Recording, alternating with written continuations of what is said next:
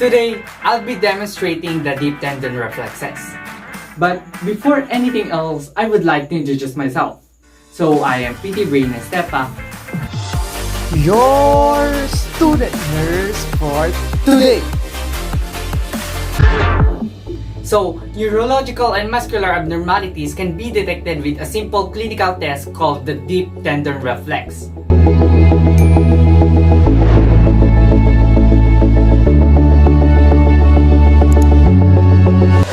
So, tendons are fibrous tissues that attach muscles to bones.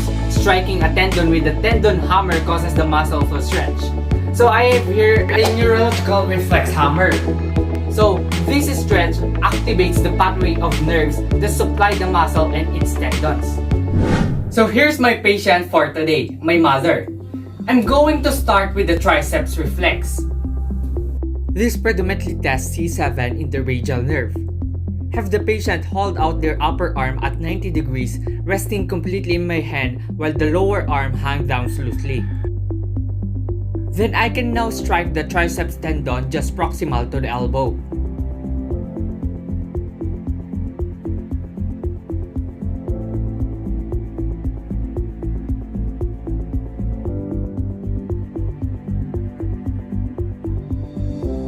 The response of elbow extension is very easy to identify in this position. The biceps reflex is next, which is mediated by C5 to C6 and musculaneous nerve. The preferred technique begins with identifying the patient's bicep tendons within the antecubital fossa. So here is the tendon. I have trouble feeling it, so I asked my patient to flex their biceps to feel the tendon tighten. Okay, you can now relax your arm. Keeping it partially flexed at the elbow with my thumb remaining on the relaxed tendon. I will now strike my thumb.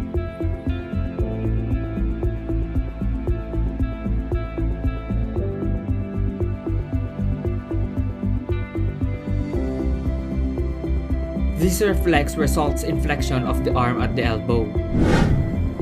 Next is the Brachioradialis reflex, which is also at C5 and C6, but transmitted by the radial nerve.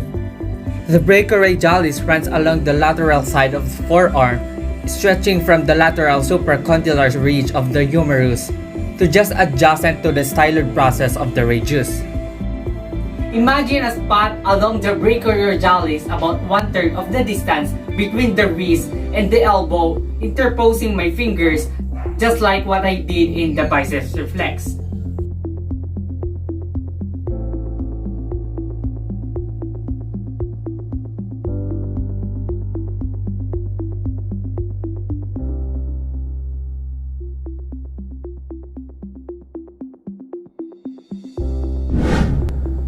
Then there is the patellar reflex, sometimes referred to as the knee-jerk reflex.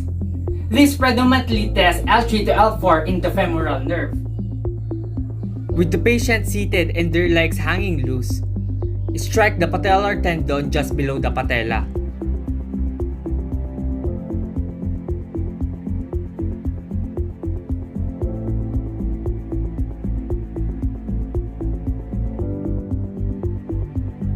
The patellar reflex can also be elicited by striking the quadriceps tendon just above the patella.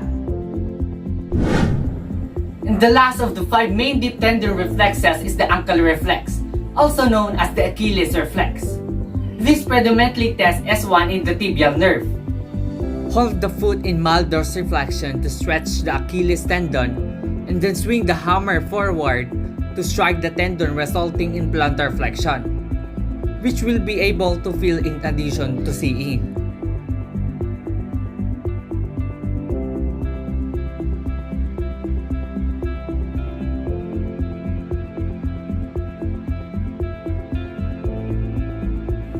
So that's how we check the deep tendon reflexes. Okay, that's all for today. Again, I am PT Brain Estepa, your student nurse for today. Bye!